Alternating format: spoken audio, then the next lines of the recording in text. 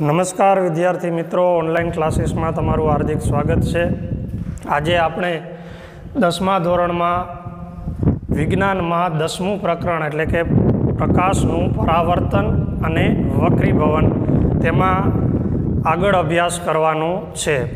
ગઈકાલે આપણે શું વાત કરી હતી એનું છે એ હું તમને ટૂંકમાં રિવિઝન કરાવી દઉં તો આપણે છે એ પ્રકાશ વિશે માહિતી મેળવી હતી। એટલે કે કોઈ પણ વસ્તુને આપણે જોઈ શકીએ છીએ તો કોના કારણે કોની હાજરી જરૂરી છે તો પ્રકાશની। પછી પ્રકાશની ઝડપ કેટલી હોય છે એ વાત કરી હતી, એની તરંગ લંબાઈ બહુ નાની હોય છે એટલે એક કિરણ સ્વરૂપ છે। પછી જો વિવર્તન જેવી ઘટનાઓ સમજવી હોય તો પ્રકાશનું તરંગ સ્વરૂપ છે એને સમજવું પડે। પ્રકાશ છે એ કેવા પ્રકારનો તરંગ છે તો કે બિનયાંત્રિક તરંગ છે। આ પછી આપણે પરાવર્તનના નિયમોની ચર્ચા કરી હતી, એમાં આપાત કોણ કેને કહેવાય, પરાવર્તન કોણ કેને કહેવાય એની વાત કરી હતી। પરાવર્તનના નિયમો છે એ હું તમને જો થોડા યાદ કરાવી દઉં તો પહેલો નિયમ એવો છે કે આપાત કોણ અને પરાવર્તન કોણ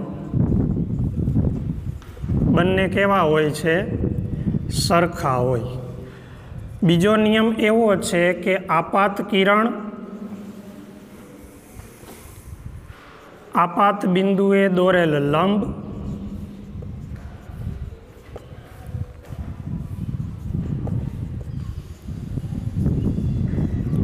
અને પરાવર્તિત કિરણ ત્રણેય એક જ સમતલમાં આવેલા હોય છે।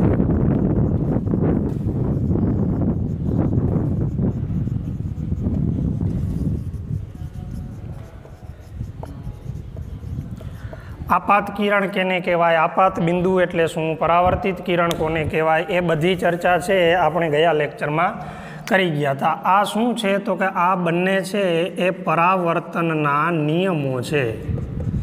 આ નિયમો કોઈ પણ સપાટી હોય એ સપાટી માટે સાચા છે। હવે આપણે વાત કરીએ પરાવર્તનના જે પ્રકાર છે તો મુખ્ય એના બે પ્રકાર છે। તો આજે આપણે વાત કરશું પ્રકાશના બે પ્રકારના પરાવર્તન। પહેલું છે નિયમિત પરાવર્તન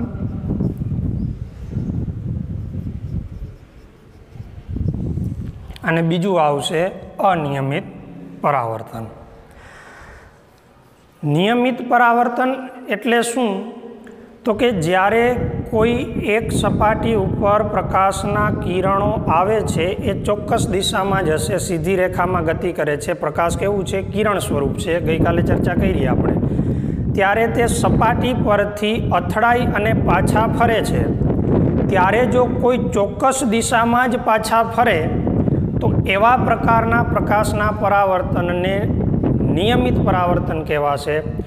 જ્યારે પરાવર્તન પામી અને કોઈ ચોક્કસ દિશામાં છે એ પ્રકાશના કિરણો નહીં જાય તો એવા પ્રકારના પરાવર્તનને શું કહેવાશે, અનિયમિત પરાવર્તન। નિયમિત પરાવર્તન માટે તમારે જો વ્યાખ્યા આપવી હોય તો તમે એમ લખી શકો કે કોઈ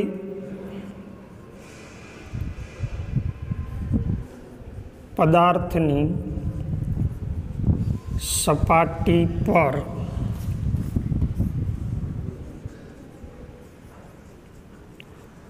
આપાત થયેલ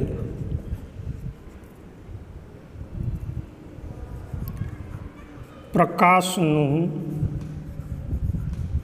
કિરણપુંજ, કિરણપુંજ એટલે શું તો કે કિરણોનો ઘણો બધો સમૂહ, ઘણા બધા કિરણો છે એને શું કહેવામાં આવે, કિરણપુંજ। કોઈ પદાર્થની સપાટી પર આપાત થયેલ પ્રકાશનું કિરણપુંજ સાથે સાથે આકૃતિ દોરીને પણ હું તમને સમજાવતો જાઉં। માની લ્યો કે છે આ કોઈ પદાર્થની સપાટી છે, એ સપાટી ઉપર પ્રકાશના કિરણો છે એ આપાત થાય છે આ બધા કેવા કિરણો છે? આપાત કિરણો. ત્યાંથી એ ચોક્કસ દિશામાં છે એ પાછા ફરશે.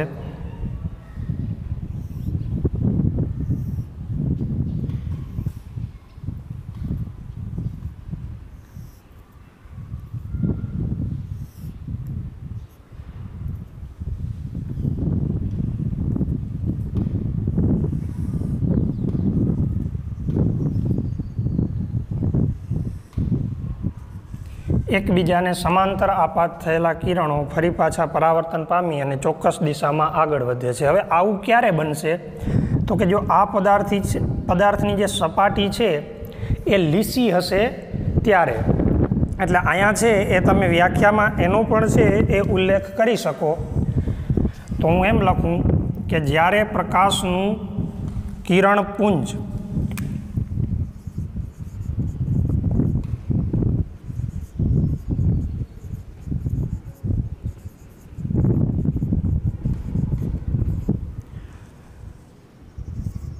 સમતલ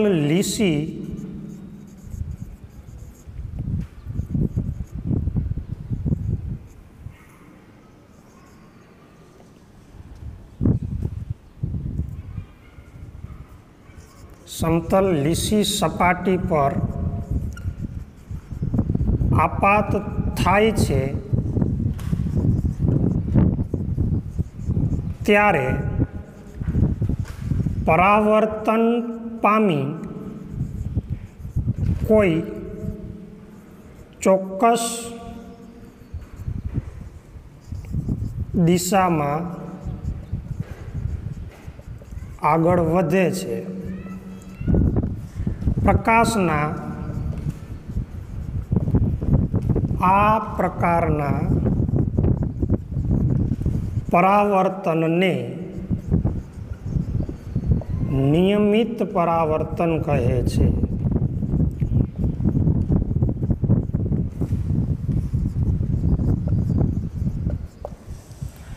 આ સપાટી કેવી હતી? તો કે ભાઈ લીસી. જો ખરબચડી હોય તો આ ચોક્કસ દિશામાં આગળ નહીં વધે, અનિયમિત પરાવર્તન એને કહેવાય. એની વાત આપણે કરશું.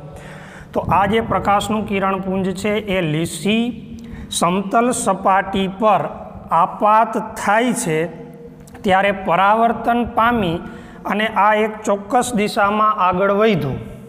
તો પરાવર્તન પામી કોઈ ચોક્કસ દિશામાં આગળ વધે છે. પ્રકાશના આ પ્રકારના પરાવર્તનને નિયમિત પરાવર્તન કહે છે. હવે વાત કરીએ અનિયમિત પરાવર્તનની.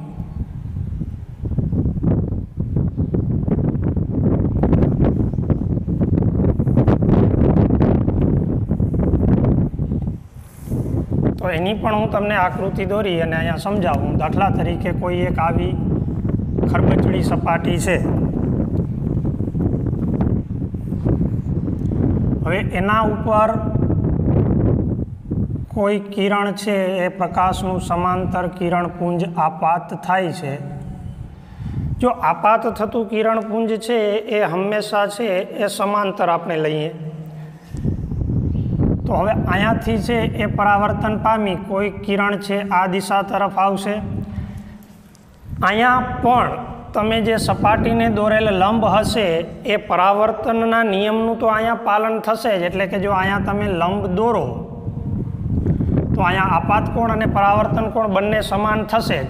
અહીંયા જો તમે લંબ દોરો તો આ સપાટી છે એ કેવી છે? તો કે વળાંકવાળી છે. તો અહીંયા 90નો ખૂણો છે એ કંઈક આ રીતે બને. એટલે અહીંયા શું થાય છે? તો કે દરેક જગ્યાએ છે એ લંબની દિશા પણ બદલાઈ જતી હોય છે. એટલે આપણને એમ થાય કે અહીંયા તો છે આપણે લંબ દોર્યો એટલે આ આપાત કોણ અને આ પરાવર્તન કોણ બંને સરખા થયા, પરાવર્તનના નિયમનું છે એ પાલન થયું.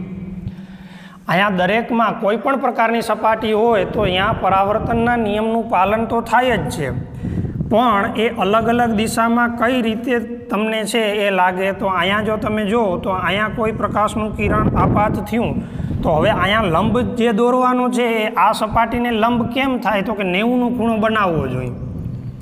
તો અહીંયા શું થાય? તો કે અહીંયા જો મારે લંબ દોરવો હોય તો લંબ છે એ કંઈક આ દિશામાં જાય.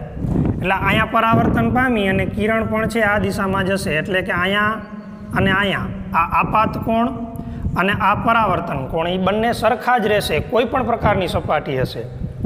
અને અહીંયા આવતું પ્રકાશ કિરણ છે તો એની માટે જે આ લંબ દોરીએ આપણે એ ઊભો આવશે, કારણ કે અહીંયા 90નો ખૂણો બને. અહીંયા 90નો ખૂણો ક્યાં બને, તો કે આ રીતના બને. એટલે લંબ પણ છે એની દિશા પણ સપાટી અનિયમિત હોય તો જુદી જુદી થઈ જતી હોય છે.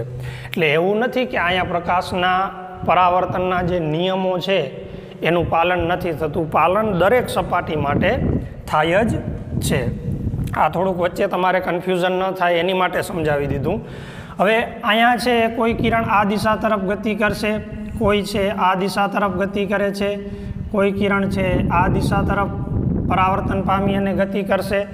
તો અહીંયા છે એ પ્રકાશ પરાવર્તન પામેલા જે કિરણપુંજ છે, પરાવર્તન પામી અને આગળ વધતા જે પ્રકાશના કિરણો છે એની દિશા ચોક્કસ રહેતી નથી. એટલે આ પ્રકારનું જે પરાવર્તન થાય એને શું કહેવામાં આવે, અનિયમિત પરાવર્તન. તો એને આપણે વ્યવસ્થિત છે એ વિજ્ઞાનની ભાષામાં જો એની વ્યાખ્યા આપવી હોય તો આ જ રીતે આપી શકીએ કે જ્યારે પ્રકાશનું કિરણપુંજ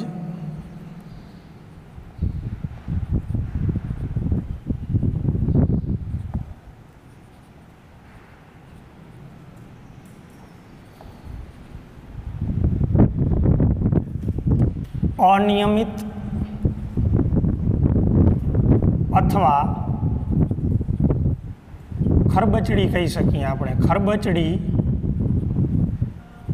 સપાટી પર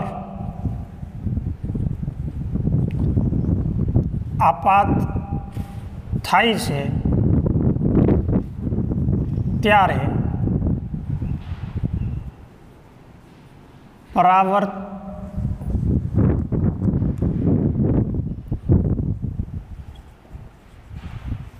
પરાવર્તન પામી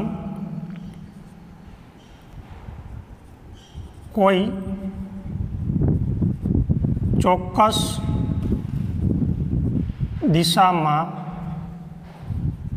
આગળ વધતું નથી. કોણ? પરાવર્તિત કિરણપુંજ. પ્રકાશના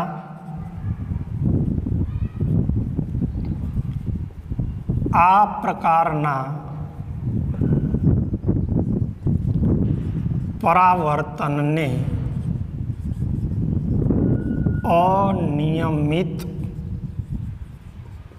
પરાવર્તન કહે છે.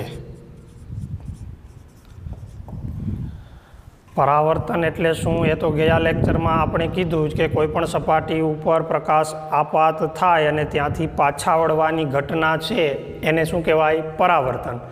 પાછા વળવાની ઘટના એટલે કે પરાવર્તિત કિરણપુંજ કોઈ ચોક્કસ દિશામાં હશે તો નિયમિત પરાવર્તન, અને જો ચોક્કસ દિશામાં નહીં હોય તો અનિયમિત પરાવર્તન. લીસી સપાટી હશે તો ચોક્કસ દિશામાં જ છે એ પાછા વળશે. તો આનું ઉદાહરણ તમે શું લઈ શકો? અરીસો. બરોબર. આના ઉદાહરણમાં શું લઈ શકો? તો કે ભાઈ આપણી આસપાસ જોવા મળતી જેટલી પણ વસ્તુઓ છે એ બધાય પરથી અનિયમિત પ્રકારનું પરાવર્તન થાય છે. દાખલા તરીકે ટેબલ, ખુરશી, બરાબર. પછી શું તો કે મારા હાથમાં છે, માની લ્યો કે માર્કર પેન, બરાબર, દિવાલ, બોર્ડ, આ બધા ઉપરથી જે પરાવર્તન થાય છે એ કેવું છે? અનિયમિત પ્રકારનું, કારણ કે એની સપાટી અનિયમિત હશે. હવે અહીંયા ઉદાહરણ લીધું મેં અરીસો, અને અહીંયા ટેબલ, ખુરશી, માર્કર પેન. તમે તો કહેશો સાહેબ અરીસા અને આ બંનેમાં શું પરાવર્તન સરખું થાય છે? હા, પ્રકાશનું આમાં નિયમિત અને આમાં અનિયમિત થાય છે, પરંતુ ફરક શું છે? તો કે ટેબલ, ખુરશી, માર્કર પેન, દિવાલ, બોર્ડ, આવા જે એક્ઝામ્પલ મેં લીધા એમાં તમને ક્યાંય પ્રતિબિંબ છે એ જોવા મળતું નથી. આના વડે ક્યાંય પ્રતિબિંબ રચાતું નથી. જ્યારે અરીસાની સામે ઊભા રહ્યો તો તમને તમારું પ્રતિબિંબ દેખાશે. તો હવે વાત કરીએ આપણે પ્રતિબિંબની. શેની વાત કરીએ? પ્રતિબિંબની. હવે પ્રતિબિંબ છે એ હોવા માટે કોઈ પ્રકાશનું ઉદ્ગમ પણ હોવું જોઈએ. દાખલા તરીકે આ પેન છે એને હું અરીસાની સામે રાખું અને મને સામે જે પ્રતિબિંબ દેખાય એ કઈ રીતના હોય, તો કે આમાંથી છે એ પણ પરાવર્તન, અહીંયાથી પણ છે એ પ્રકાશ પરાવર્તન પામી અને અરીસા ઉપર ગયો અને અરીસાથી છે પરાવર્તન પામી અને પાછી ક્યાં આવે? મારી આંખમાં આવે. એટલે મને અરીસામાંથી છે એ કિરણ આવતું જે મારી આંખમાં આવે તો મને એમ લાગે કે ત્યાં માર્કરનું પ્રતિબિંબ છે, ત્યાં માર્કર છે, એ આભાસી પ્રતિબિંબ હોય. તો પ્રતિબિંબની વ્યાખ્યા તમે કેમ આપી શકો? હવે ખાલી પરાવર્તનથી જ પ્રતિબિંબ બને એવું નથી. તમે છે બિલોરી કાચ બધાએ જોયો જ હશે, તો એમાં તમે છે એને તમે સૂર્યપ્રકાશની હાજરીમાં સૂર્યનું નાનું એવું જે પ્રતિબિંબ મેળવો છો તો ત્યાં પરાવર્તન નથી થતું, એમાંથી તો સૂર્યપ્રકાશના કિરણો સીધા નીકળી જાય છે, બરાબર, અને પછી ભેગા થાય છે. પરાવર્તનમાં શું થાય તો કે પાછા વળે. વક્રીભવનમાં શું થાય તો કે આર પાર પસાર થઈ જાય. એટલે બે રીતે પ્રતિબિંબ મેળવી શકાય, પરાવર્તન દ્વારા અને વક્રીભવન દ્વારા. પ્રતિબિંબની જો વ્યાખ્યા આપવી હોય તો કોઈ ઉદ્ગમ બિંદુમાંથી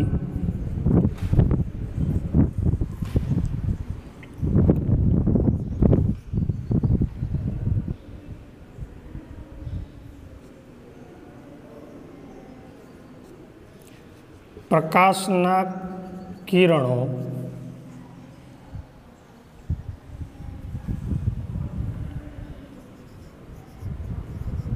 નીકળે છે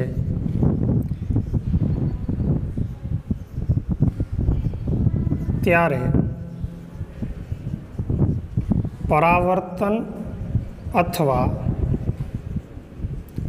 વક્રીભવન પામી કોઈ ચોક્કસ બિંદુએ ભેગા મળે છે. આ બિંદુને એટલે કે જ્યાં ભેગા મળ્યા એ બિંદુને પ્રથમ બિંદુનું પ્રતિબિંબ કહે છે. જો સમજવું સહેલું છે આ ચેપ્ટર, પણ અહીંયા છે એ શાબ્દિક રીતે તમારે કેમ લખવું એની પણ છે એ સાથે સાથે હું તમને માહિતી એટલા માટે જ આપતો જાઉં છું. દાખલા તરીકે અહીંયા છે અરીસો છે માની લ્યો, તો અહીંયા કોઈ એક વસ્તુ મેં સામે મૂકી તો એ વસ્તુમાંથી આખી વસ્તુ છે એ પ્રકાશના ઉદ્ગમ તરીકે વર્તશે. અહીંયા આપણે માની લ્યો કે એક બિંદુની ચર્ચા કરી અહીંની, તો એમાંથી નીકળેલા પ્રકાશ કિરણો છે એ અહીંયા આપાત થયા, ત્યાંથી છે આ લંબ જ આપાત થયા એટલે એ જ માર્ગે પાછો વળશે. માની લ્યો કે કોઈ કિરણ છે આ રીતે આપાત થયું અને પછી આ દિશામાં પાછું વળશે. આ બંનેને છે એ તમે પાછળની તરફ લંબાવો તો એ આ જગ્યાએ છે એ ભેગા થશે. એટલે હવે તમે અહીંયા અરીસામાંથી જ્યારે જોશો ત્યારે આ બંને પ્રકાશના કિરણો આ બિંદુથી નીકળતા હોય તેવો ભાસ થશે. એટલે આ બિંદુનું પ્રતિબિંબ અહીંયા બની ગયું. એ રીતે આખે આખી જે અહીંયા માની લ્યો કે મેં મીણબત્તી લીધી હોય તો આખે આખી મીણબત્તી છે એ પ્રકાશના ઉદ્ગમ તરીકે વર્તે અને એનું છે અહીંયા પ્રતિબિંબ રચાય.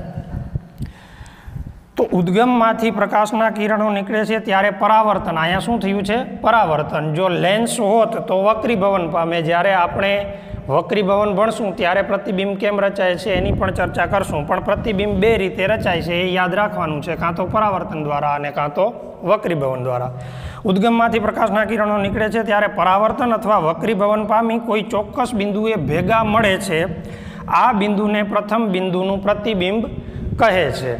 હવે અહીંયા તો તમે કહેશો કે સાહેબ પરાવર્તન પામી અને આ બાજુ આવ્યા અને આ છે એ પરાવર્તન પામી અને આમ આવે છે, તો ભેગા મળ્યા ક્યાં? તો અહીંયા ભેગા મળે છે અથવા હું સુધારી નાખું છું, ભેગા મળે છે અથવા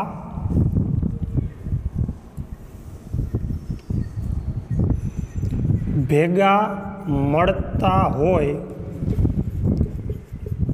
તેવો ભાસ થાય છે. આ બિંદુને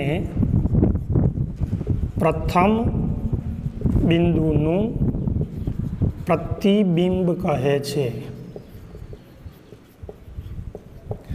તમે તો કહેશો સાહેબ ભાસ જ થાય ને દર વખતે, પ્રતિબિંબ તો છે એ આપણે જોયું જ છે કે અરીસાની કઈ બાજુ દેખાય તો કે સામેની બાજુ દેખાતું હોય. હકીકતમાં ત્યાં કોઈ હોતું નથી, પ્રકાશના કિરણો ત્યાં ભેગા નથી થયા, એટલે એવું નથી હોતું. આગળ તમે ગોલીય અરીસા ભણવાના છો ત્યારે આ પ્રકાશના કિરણો છે એ ચોક્કસ જગ્યાએ ભેગા થતા હશે રિયલમાં. અમુક જગ્યાએ ત્યાંથી આવતા હોય એવો ભાસ થતો હશે, તો બંને પ્રકારના પ્રતિબિંબ રચાશે. એટલે અહીંયા આપણે જો વાત કરીએ તો પ્રતિબિંબ છે એ કેટલા પ્રકારના હોય? 2 પ્રકારના. એક તો શું છે? આભાસી અને બીજું વાસ્તવિક. જ્યાં આ પરાવર્તન અથવા વક્રીભવન પામેલા જે પ્રકાશના કિરણો છે એ મળતા જ હશે તો એવું પ્રતિબિંબ છે એ વાસ્તવિક પ્રતિબિંબ કહેવાશે. અથવા એ પ્રકાશના કિરણોને તમે પાછળ તરફ લંબાવો અને જે બિંદુએ છેદે છે તો ત્યાંથી એ કિરણો આવતા હોય એવો ભાસ થશે, તો એવા પ્રતિબિંબને આભાસી કહેવામાં આવે છે. આભાસી પ્રતિબિંબ છે એને પડદા પર ઝીલી શકાતું નથી. વાસ્તવિક પ્રતિબિંબ છે એને પડદા પર ઝીલી શકાય છે. વાસ્તવિક પ્રતિબિંબને પડદા પર ઝીલી શકાય છે. તો હવે આપણે સમતલ અરીસા વડે કઈ રીતે પરાવર્તન થાય છે તેની ચર્ચા કરશું. સમતલ અરીસો ભણી ગયા પછી આપણે ગોલીય અરીસા વિશે ભણશું. એના ચોક્કસ છે એ એના માટેના શબ્દો હોય છે એને સમજવા માટે એની ચર્ચા. ત્યાર પછી ગોલીય અરીસા વડે થતું પરાવર્તન, પ્રતિબિંબના સ્થાન, એમ એક પછી એક છે એ આપણે ભણતા જશું. એટલે તમને ખ્યાલ આવી જશે કે આભાસી અને વાસ્તવિકમાં શું ફેર છે. કદાચ અત્યારે તમને આ ન પણ સમજાય, પણ અહીંયા યાદ રાખવાનું છે. આ મેં તમને એક્ઝામ્પલ જે આપ્યું, આ સમતલ અરીસો છે, સીધે સીધો એટલે સમતલ છે, અને એના વડે જે આ પ્રતિબિંબ રચાણું એ કેવું છે? આભાસી છે, બરાબર, એ વાસ્તવિક નથી. તો હવે આપણે સમતલ અરીસા વડે થતા પરાવર્તનની વાત કરીએ.